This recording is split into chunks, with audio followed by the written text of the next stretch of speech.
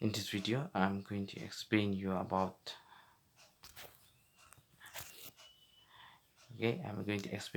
the Taylor's theorem, generalized form of remainder.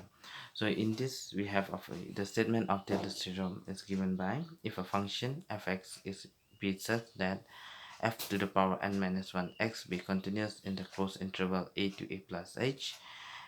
Point number 2 is fn x exists in open interval a to a plus h, and p is any given positive integer.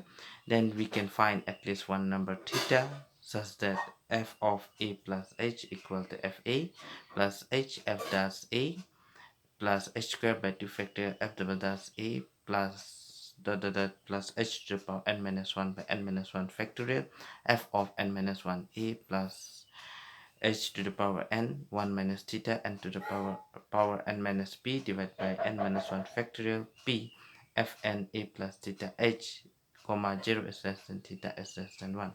So to prove this theorem, we consider this function f phi x equal to fx plus a plus h minus x f dash x plus a plus h minus x whole thing square 2 factorial f double dash x plus so on plus a plus h minus x to the power n minus 1 by n minus 1 factorial f of n minus 1 x plus a plus h minus x to the power p a. So we choose this a in such a manner that phi of a should be equal to phi of a plus h. And I have done already the proof for Taylor's theorem and Lagrange form. So please students proceed in the similar manner as I have done the Taylor's theorem for Lagrange form. Then you will get the proof to be nothing but this. Okay, so I'm leaving to you. So please students try it and you try to prove that the Taylor's theorem in general form also is given by this form. So here we have an important note. This is the remainder in Rogers form. So the remainder is given by this, means whatever we get the last term is called the remainder. Whatever we have taken in the Taylor's theorem, the last form is called the remainder. So this is the remainder.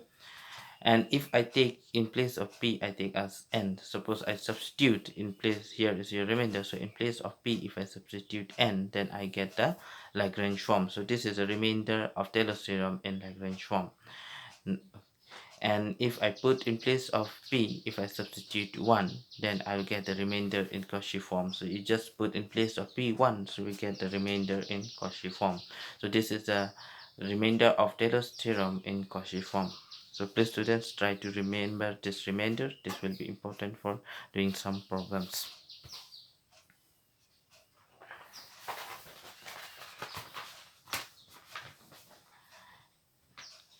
So next we're going to explain about the Maclaurin theorem in generalized form of remainder. So we are going to use the Taylor's theorem in generalized form.